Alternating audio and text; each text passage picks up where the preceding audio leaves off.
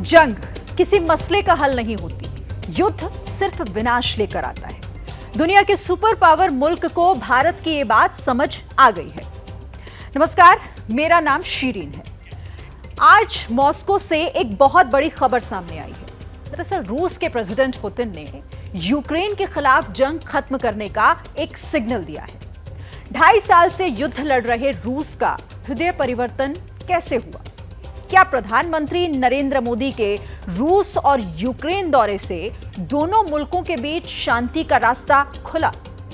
ये सवाल इसीलिए क्योंकि जब जंग को लेकर दुनिया रूस की मुखालफत कर रही थी, तब 8 जुलाई को प्रधानमंत्री नरेंद्र मोदी ने मॉस्को का दौरा किया। प्रेसिडेंट पुतिन को जंग खत्म कर शांति की राह पर लौटने का मंत्र दिया था। हाल ही में मोदी यूक्रेन के दौरे पर गए थे। प्रेसिडेंट ज़ेलेंस्की को भारत ने युद्ध की जगह बुद्ध की रीति समझाई थी। भारत की कूटनीति युद्ध नीति पर कैसे भारी पड़ी और कैसे दो जानी दुश्मन युद्ध की जिद छोड़कर शांति पथ पर चल सकते हैं, ये रिपोर्ट देखिए।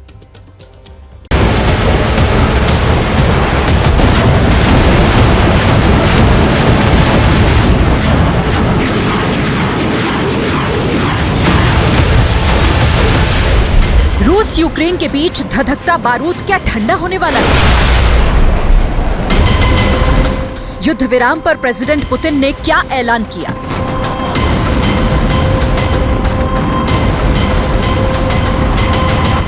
क्या मोदी के रूस यूक्रेन दौरे से शांति का रास्ता खुला? 2 साल 6 महीने से रूस यूक्रेन में विध्वंसक युद्ध छिड़ा हुआ है। लाखों टन बारूद बरस चुका है। हजारों लोग मारे जा चुके हैं। जंग की विभीषिका जब दुनिया को डरा रही है, तब रूस में शांति वार्ता पर बड़ा मंथन हुआ। तारीख 5 सितंबर 2024।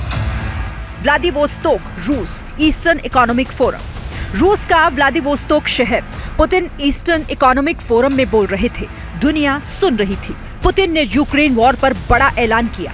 खुल्लम खुल्ला कहा, चीन, ब्राजील और भारत शांति वार्ता में मीडिएटर की भूमिका निभा सकते हैं। हम अपने मित्रों और भागीदारों का सम्मान करते हैं, जो मेरा मानना है सभी मुद्दों को संबोधित करने और संघर्ष को हल करने में ईमानदारी से रुचि रखते हैं। सबसे पहले और सबसे महत्वपूर्ण, इसमें चाइना, ब्राजील और भारत शामिल हैं। मैं अपने भागीदारों के साथ निरंतर संपर्क में हूं और मुझे कोई संदेह नहीं है कि इन देशों के नेताओं के बीच विश्वास और भरोसे की भावना बहुत मजबूत है। प्रेसिडेंट पुतिन ने युद्ध विराम के संकेत दिए। हलचल मॉस्को से 816 किलोमीटर दूर कीव में भी हुई। यूक्रेन के प्रेसिडेंट व्लादिमीर ज़ेलेंस्की ने जंग के खात्मे का फॉर्मूला बता दिया। Ми готуємо важливі зустрічі з партнерами. Те, що може і повинно зміцнити наші позиції, не лише України, але й усіх нас в Європі, усіх нас в світі, хто прагне реального завершення цієї війни і реальної спільної роботи, щоб безпека більше ніколи не руйнувалась. फरवरी 2022 में युद्ध शुरू होने के ठीक 1 महीने बाद रूस और यूक्रेन के बीच तुर्की की राजधानी इस्तांबुल में कई राउंड की बैठक हुई। दुनिया के कई देशों ने युद्ध विराम की कोशिश की, लेकिन रूस यूक्रेन की अदावत वक्त के साथ बढ़ती चली गई। अब सवाल है कि क्या पीएम मोदी के रूस और यूक्रेन दौरे से शांति का रास्ता खुला? यूक्रेन वॉर पर रूस की चौतरफा आलोचना हो रही थी। 8 जुलाई सोमवार का दिन था। मोदी मॉस्को दौरे पर थे। पीएम मोदी ने पुतिन को गले लगाया। तस्वीर चर्चा में आई। यूक्रेन तक ने विरोध किया, लेकिन नाटो समिट के बीच ये दौरा शांति पथ पर मील का पत्थर माना गया। पीएम मोदी ने पुतिन को याद दिलाया था कि युद्ध मैदान से शांति का रास्ता नहीं निकलता, कि युद्ध के मैदान में समाधान संभव नहीं होता है। बम, बंदूक और गोलियों के बीच समाधान और शांति वार्ताएं सफल नहीं होती हैं।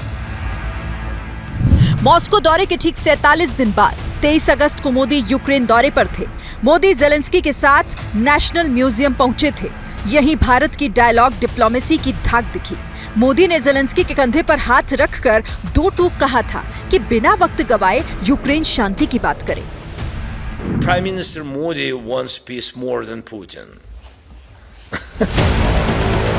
ये दो तस्वीरें भारत की कामयाब बुद्ध नीति का प्रमाण है। चीन, ब्राजील भले ही शांति वार्ता में अहम भूमिका निभा सकते हैं, लेकिन शांति वार्ता की शिला स्थापना का श्रेय भारत को ही जाता है।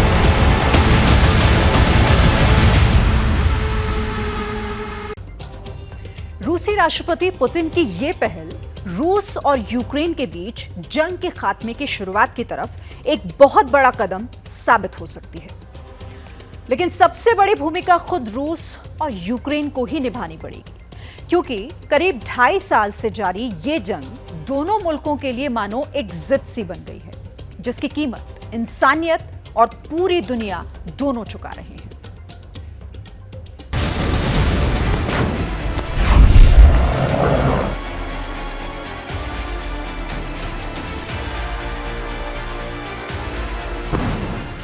मानवता और शांति दोनों के विरुद्ध 2.5 साल से जारी रूस यूक्रेन युद्ध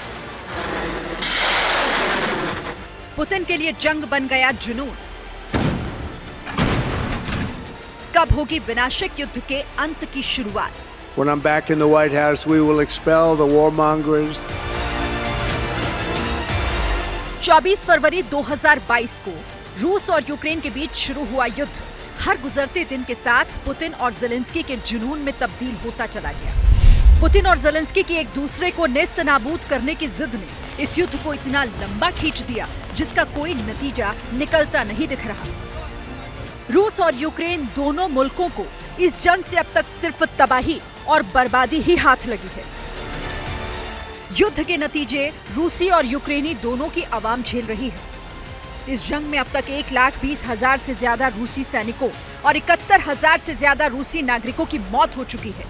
यूक्रेन का दावा है कि रूस को हुई जनहानि के आंकड़े 5 लाख से ज्यादा है। लड़ाई में यूक्रेन के भी 1 लाख से ज्यादा सैनिक और नागरिक की मौत हो चुकी है। 2.5 साल से ज्यादा लंबे वक्त से चल रही लड़ाई ने यूक्रेन की इकोनॉमी की नींव हिला डाली है। जीडीपी, कृषि उत्पादन और निर्यात में लगातार गिरावट ने यूक्रेन की अर्थव्यवस्था को चौपट कर दिया है। जंग के चलते 70 लाख से ज्यादा यूक्रेनी नागरिक भीषण गरीबी के बोझ के तले दब चुके हैं और ह्यूमन डेवलपमेंट के मामले में ज़ेलेंस्की का देश बाकी दुनिया से 15 साल पीछे पहुंच गया है। यूक्रेन पर युद्ध कितना भारी पड़ता जा रहा है, इसे जरा इन आंकड़ों से समझिए। इस जंग से यूक्रेन के करीब $150 बिलियन का इंफ्रास्ट्रक्चर तबाह हो चुका है, लेकिन इस इंफ्रास्ट्रक्चर को दोबारा खड़ा करने में $486 बिलियन से ज्यादा का खर्च आएगा, जिसे पूरा करने में कई दशक बीत जाएंगे। नुकसान रूस को भी उठाना पड़ा। आर्थिक कुप्रबंधन और प्रतिबंधों के चलते रूस की जीडीपी में 7% की गिरावट आ गई है। रूस को करीब $322 बिलियन का वित्तीय घाटा हो चुका है और रूसी सेना पर होने वाला खर्च बढ़कर $103 बिलियन तक जा पहुंचा है।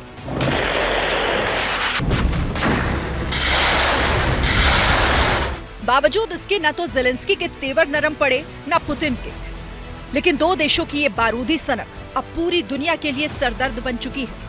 इसीलिए जंग में फंसी दुनिया अब अमन और शांति का रास्ता तलाश रही है। जैसे इरादे बारूदी हों तो मसले सुलझते नहीं बल्कि सुलझ जाते हैं। खैर, हम तो यही उम्मीद करेंगे कि भारत की बुद्ध नीति पर रूस यूक्रेन चलेंगे और इस युद्ध को अब खत्म करेंगे।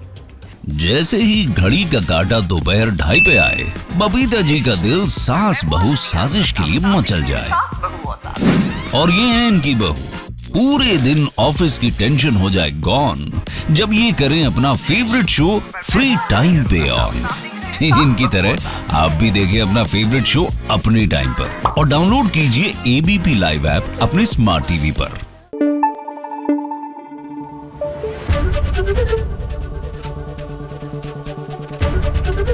एबीपी न्यूज आपको रखे आगे।